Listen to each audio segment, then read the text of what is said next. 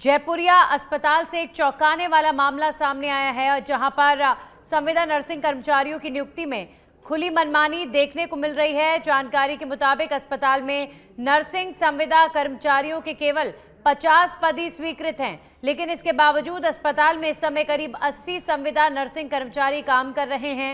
हैरानी की बात यह है कि हाल ही में एजेंसी के माध्यम से 50 पदों पर भर्ती की गई, जबकि इससे पहले बिना किसी स्वीकृति के 50 कर्मचारियों को पहले ही रख लिया गया था।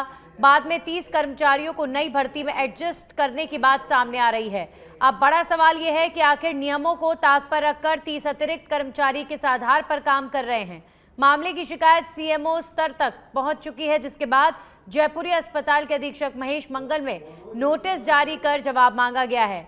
इस लापरवाही के चलते हर महीने करीब 4,30,000 रुपए का अतिरिक्त बोझ सीधे राजस्थान सरकार पर पड़ रहा है। तो 50 स्वीकृत पद, लेकिन 80 संविदा नर्सिंग कर्मचारियों की भर्ती, 30 अतिरिक्त कर्मचारी यहां पर पाए गए हैं। सीएमओ स्तर तक अब शिकायत पहुंची है और अधीक्षक को अब नोटिस जारी किया गया है। क्या जयपुरी अस्पताल को धर्मशाला है या मनमर्जी से कर्मचारी लगा लेते हैं, या कहीं जयपुरी अस्पताल के अधिकारी हमारे साफ छवि के जो रोजगार बेरोजगारों को रोजगार देने का काम कर रहे हैं, चिकित्सा मंत्री महोदय, उनकी छवि को खराब करने का है रवैया है।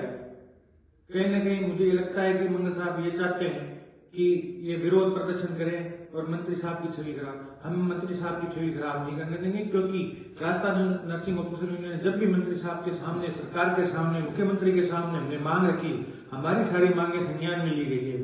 और मैं फिर सरकार से मांग करूंगा इस मामले में कि इस मामले की उच्च स्तर की कमेटी बनाए और उन शेष बच्चे कर्मचारियों को, महेश मंगल जी, मैं आपसे निवेदन करता हूं कि वो जो 5 से 6 लोग जो शेष बच्चे हैं, उन कार्मिकों को आप पुनः ज्वाइन कराएं, नहीं तो हम आपका पुरजोर तरीके से विरोध करेंगे। राजस्थान नर्सिंग ऑफिसर यूनियन आप।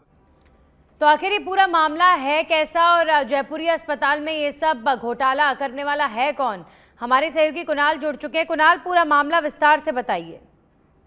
देखिए, आपको बता दें कि ये जो पूरा मामला है जयपुरी अस्पताल से जुड़ा हुआ है, जहां पर नर्सिंग ऑफिसर के जो संविदा पर पद है उसके 50 जो पद हैं वो स्वीकृत थे।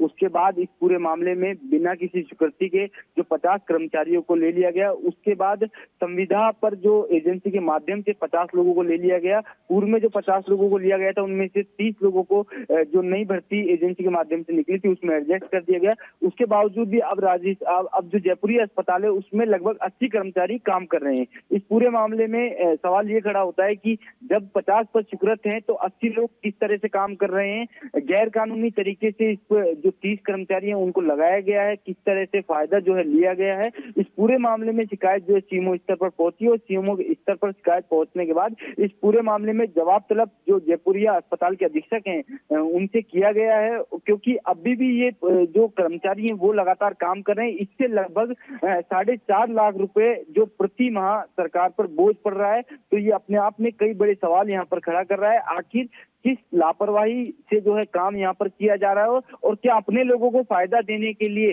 जो पद हैं उनको यहाँ पर बिना किसी अनुमति के बढ़ाया गया है।